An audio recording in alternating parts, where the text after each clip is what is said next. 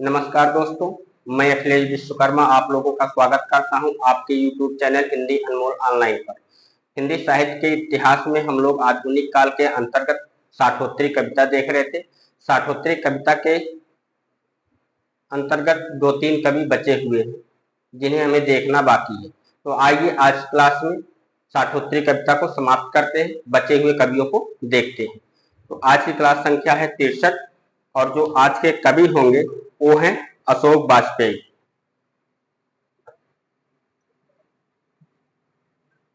आज के कवि हैं अशोक वाजपेयी।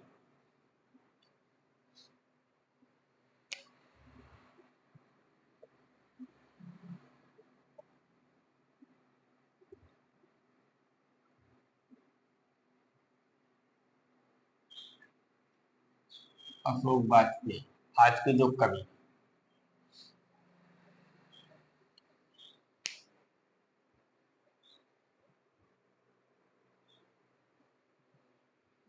अगर जन्म की बात करें तो इनका जन्म 1949 ईस्वी सागर मध्य प्रदेश।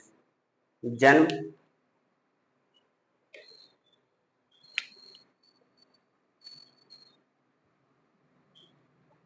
1949 ईस्वी सागर मध्य प्रदेश।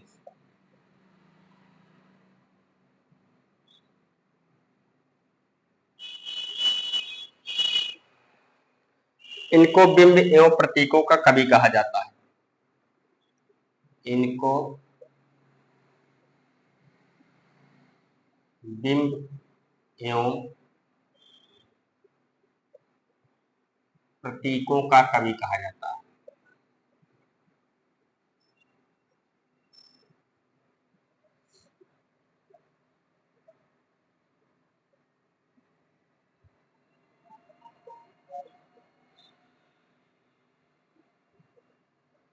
आज के जो हमारे कवि हैं उनका नाम है अशोक वाजपेयी। जन्म की बात करें तो इनका जन्म 1949 ईस्वी सागर मध्य प्रदेश में हुआ था।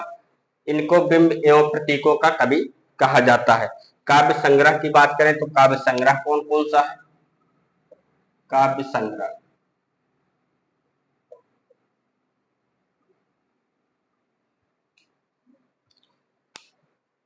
शहर अब भी संभावना है। शहर अब भी संभावना है 1966 में। शहर अब भी संभावना है कब लिखी गई? 1966 में।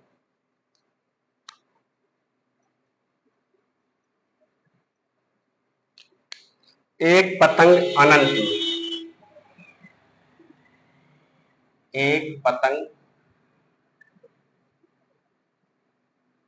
अनंत में।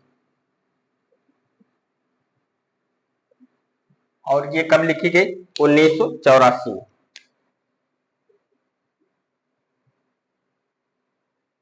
शहर अब भी संभावना है 1966, एक पतंग अनंत में 1984। अगर इतने से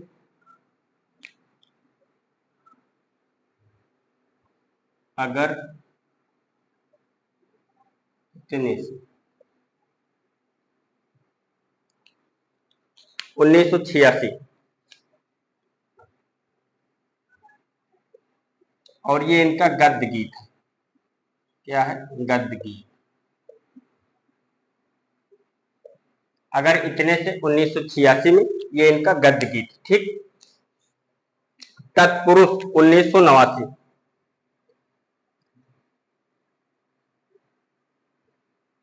तत्पुरुष कब है? 1989।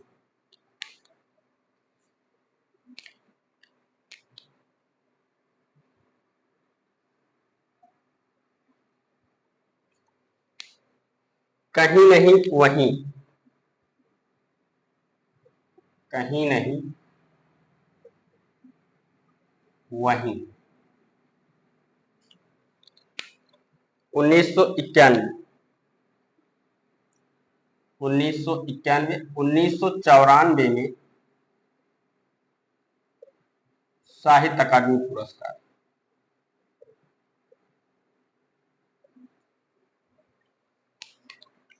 बहुर अकेला ये भी 1991 में है। बहुर अकेला कब है? 1991।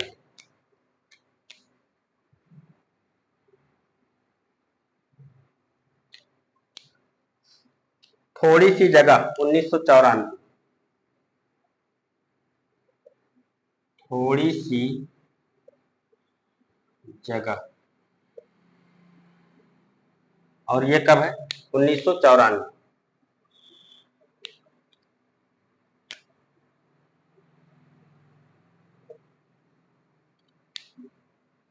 घास में दुबका आकाश। घास में दुबका आकाश,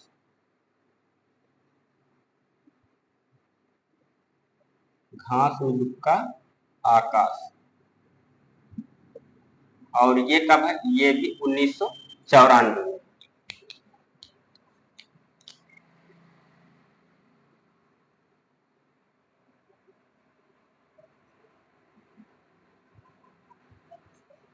आबिन्यो 1995।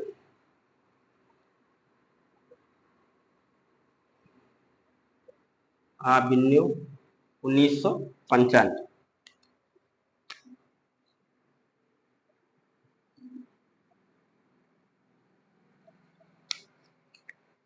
अभी कुछ और 1998। अभी कुछ और 1998।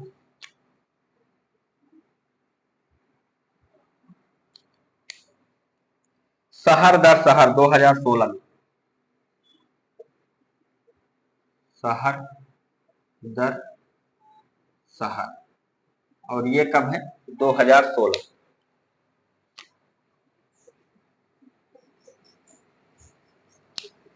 आज की कविताएं 2019। आज की कविताएं कब है? 2019।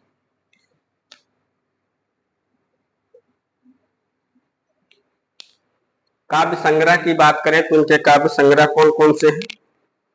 शहर अब भी संभावना है 1966, एक पतंग अनंत में 1984, अगर इतने से 1986, गद्य गीत है, अगर इतने से इनका काव्य संग्रह क्या है? गद्य गीतों का संग्रह है। तत्पुरुष 1989, कहीं नहीं वहीं 1991, 1994 साहित्य अकादमी पुरस्कार से सम्मानित किया गया था। किस रचना के लिए? कहीं नहीं वहीं, और कब है? 1991। बहुर अकेला 1991, थोड़ी सी जगह 1994, घास में दुबका आकाश 1994, आबिन्यो 1995, अभी कुछ और 1998, शहर दर शहर 2016, आज की कविताएं 2019।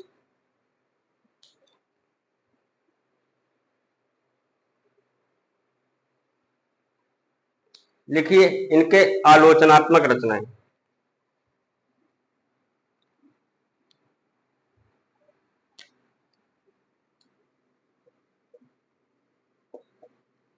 आलोचनात्मक रचनाएं।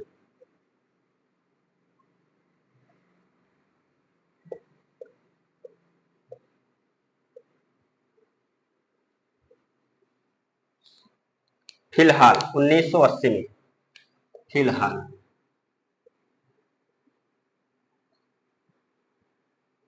और ये कब है? 1980।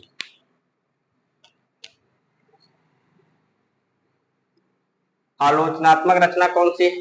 फिलहाल 1980 में है। इसमें है क्या? इसमें समकालीन रचनाकारों की समीक्षा की गई।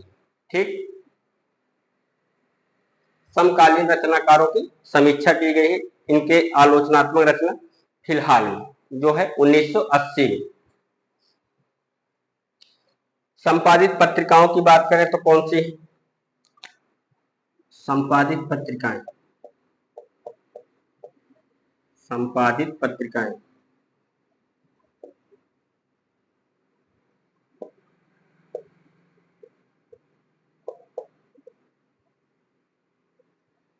इन्होंने 4 पत्रिका का संपादन किया है।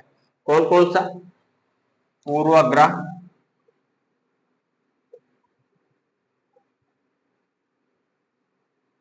एक नंबर पे पूर्वाग्रह, दूसरी है समास,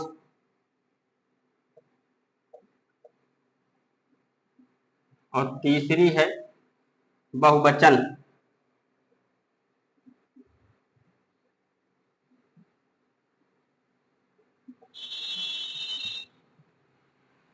और चौथी इनकी है आलोचना।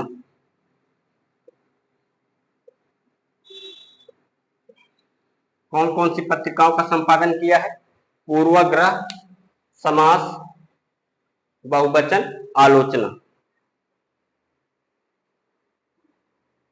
आज की क्लास में हम किसको देख रहे हैं? अशोक वाजपेयी को देख रहे हैं। अशोक वाजपेयी सही कर लीजिएगा दोस्तों, ये गलत लिखा हुआ है, इसमें मात्रा लगा लीजिएगा, मेरा ध्यान नहीं गया।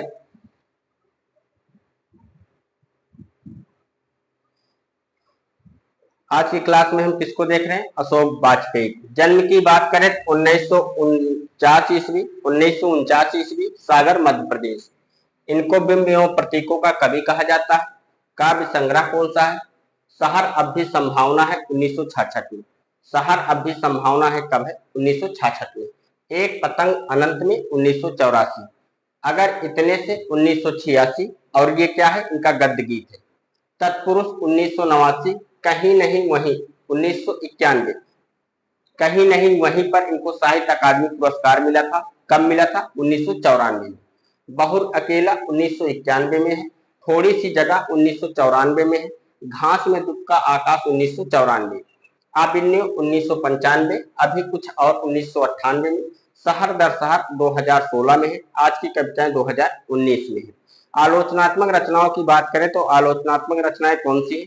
फिलहाल 1980 में। और संपादित पत्रिका कौन सी है? पूर्वाग्रह, समास, बहुवचन, आलोचना।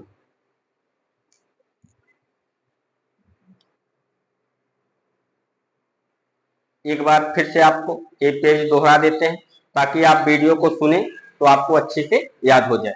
आज की क्लास में हम किसको देख रहे हैं? अशोक वाजपेयी को। जन्म की बात करें तो कब हुआ? 1949 ईस्वी, सागर मध्य प्रदेश। इनको बिंब एवं प्रतीकों का कवि कहा जाता है।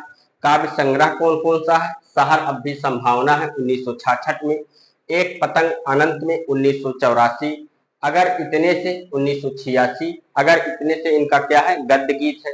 तत्पुरुष 1989, कहीं नहीं वहीं 1991, कहीं नहीं वहीं के लिए इनको साहित्य अकादमी पुरस्कार मिला था। कब मिला था? 1994 में। बहुर अकेला 1991, थोड़ी सी जगह 1994, घास में दुबका आकाश 1994, आबिन्य 1995, अभी कुछ और 1998, शहर दर शहर 2016, आज की कविताएं 2019। ये सारे काव्य संग्रह किसके हैं? अशोक वाजपेयी जी के हैं। आलोचनात्मक रचनाएं कौन सी हैं? फिलहाल 1980 में। संपादित पत्रिका कौन सी है? पूर्वाग्रह, समास, बहुवचन, आलोचना। आप लोग लिख लें, उसके बाद बढ़ते हैं आगे।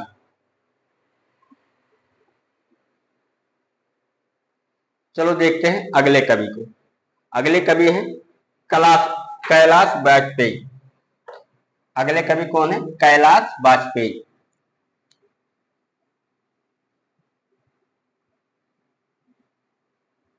अशोक वाजपेयी और कैलाश वाजपेयी अलग अलग। कैलाश वाजपेयी की एक महत्वपूर्ण रचना है हवा में हस्ताक्षर। इस पर इनको साहित्य अकादमी पुरस्कार मिला था। आइए देख लेते हैं इनके दो तीन रचना और उसके साथ साथ। तो अगले कवि का क्या नाम है? कैलाश वाजपेयी।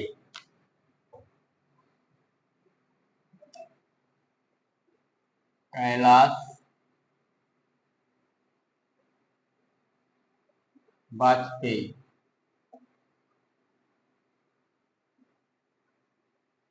की बात करें, आइए रचनाएं देखते हैं इनकी। रचनाएं संक्रांति है,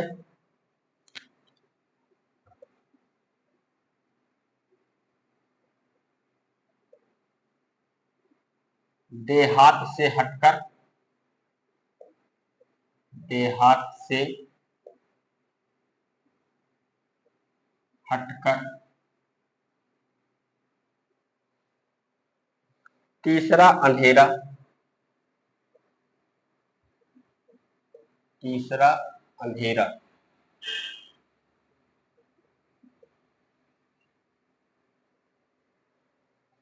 महास्वप्न का मध्यांतर,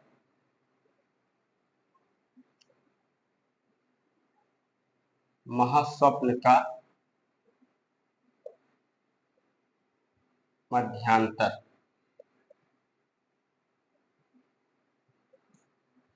महास्वप्न का मध्यांतर। हवा में हस्ताक्षर, हवा में हस्ताक्षर।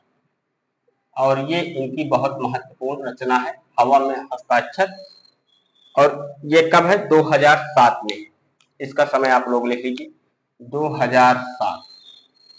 और 2009 में साहित्य अकादमी पुरस्कार।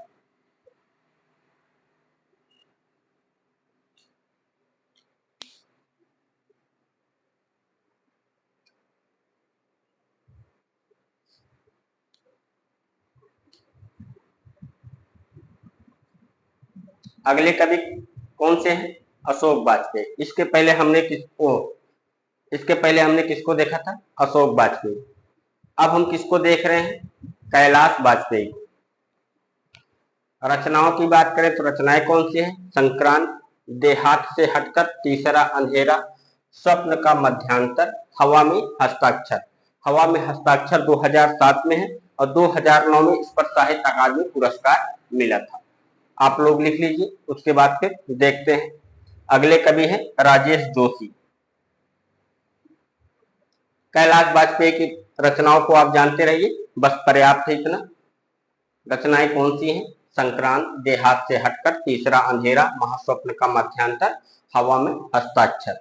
आप लोग आसानी से इसको याद कर सकते हैं। संक्रांत, देहात से हटकर, तीसरा अंधेरा, महास्वप्न का मध्यांतर, हवा में हस्ताक्षर।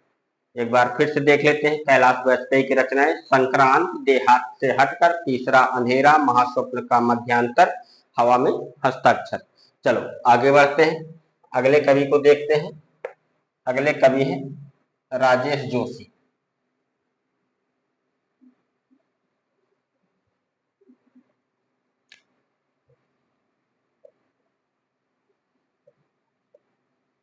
राजेश जोशी।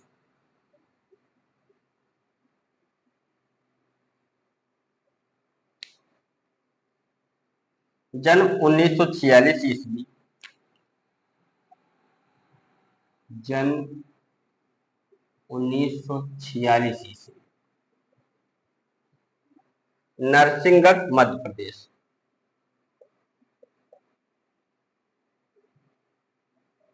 नरसिंहगढ़ मध्य प्रदेश। काव्य संग्रह कौन सा है?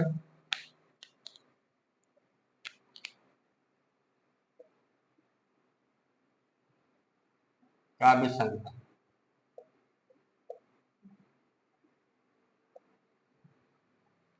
एक दिन बोलेंगे पेड़। एक दिन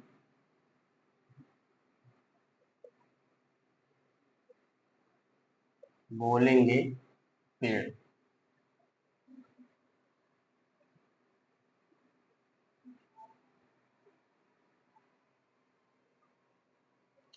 मिट्टी का चेहरा।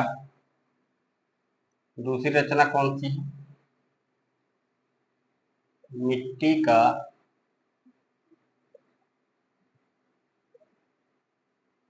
चेहरा। नेपथ्य में हंसी।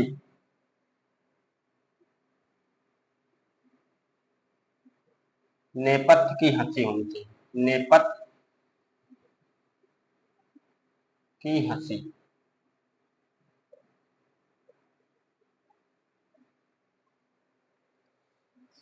दो पंक्तियों के बीच।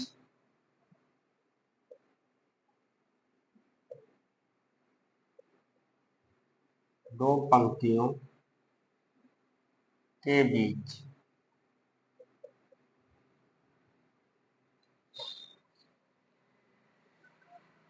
चांद की वर्तनी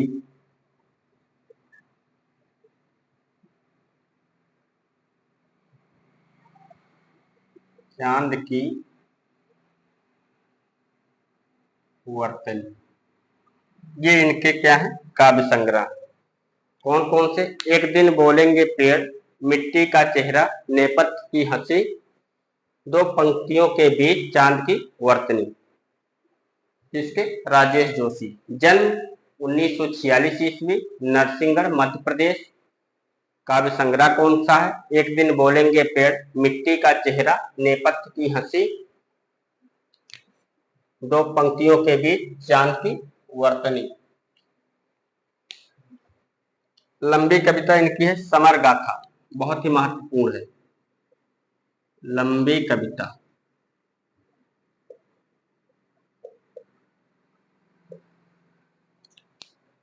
क्या है? समर गाथा।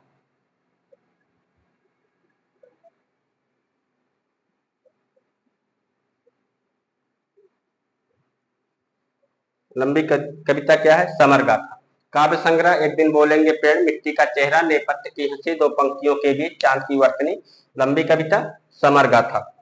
उसके बाद नाटक इनका कौन सा है?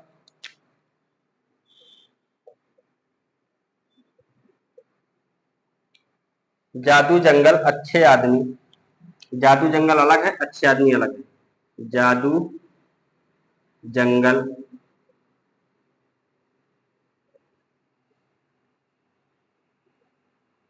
अच्छे आदमी,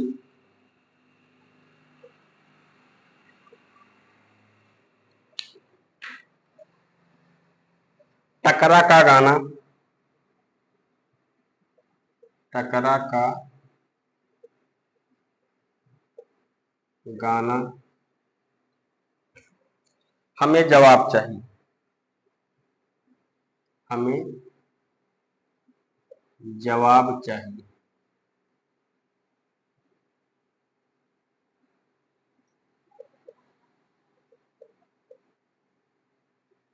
ये इनका नाटक है। कौन सा? जादू जंगल अच्छे आदमी, टकरा का गाना, हमें जवाब चाहिए। किसका नाटक है? राजेश जोशी का। कहानी संग्रह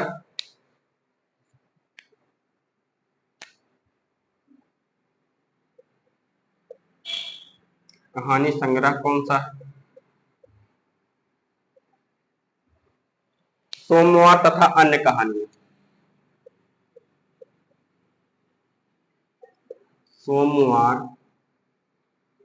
तथा अन्य कहानियां।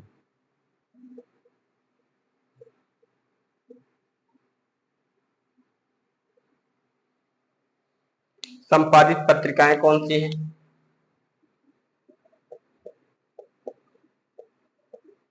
संपादित पत्रिकाएं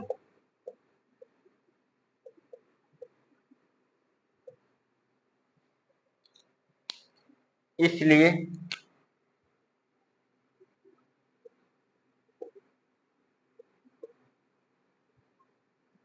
इसलिए दूसरी वर्तमान साहित्य,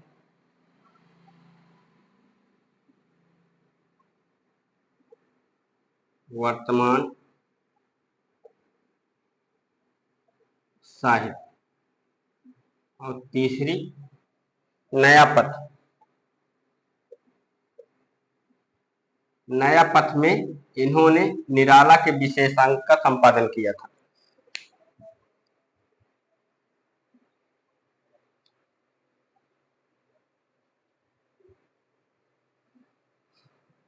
हम किसको देख रहे हैं? राजेश जोशी। जन्म की बात करें 1946 ईस्वी, नरसिंहगढ़ मध्य प्रदेश। काव्य संग्रह कौन सा है? एक दिन बोलेंगे पेड़, मिट्टी का चेहरा, नेपथ्य की हंसी, दो पंक्तियों के बीच चांद की वर्तनी। चांद की वर्तनी। लंबी कविता कौन सी है? समर गाथा। समर गाथा महत्वपूर्ण कविता है इनकी, याद रखिएगा, कई बार पूछी गई है। समर गाथा किसकी रचना है? तो समर गाथा किसकी रचना है? राजेश जोशी की। नाटक कौन सा है इनका? जादू जंगल है, अच्छे आदमी, तकरा का गाना, हमें जवाब चाहिए। कहानी संग्रह कौन सा है? सोमवार तथा अन्य कहानियां। संपादित पत्रिकाएं कौन सी हैं? इसलिए, वर्तमान साहित्य, नया पथ।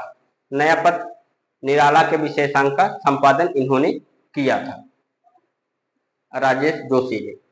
तो ठीक दोस्तों, आप लोग लिख लीजिए।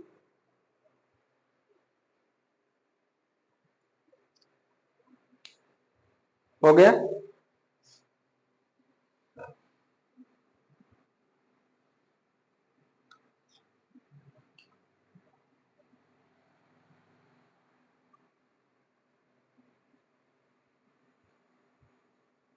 धीरे धीरे हम लोग आधुनिक काल समाप्ति की ओर बढ़ रहे हैं और आज हम लोगों ने साठोत्तरी कविता समाप्त कर ली।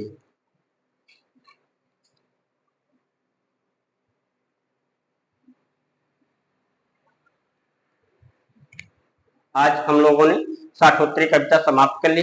अब अगली कविता जो पढ़ेंगे वो होगी समकालीन कविता, मतलब 1990 के बाद जो कविताएं लिखी गई उसको हम समकालीन कविता के अंतर्गत रखते हैं।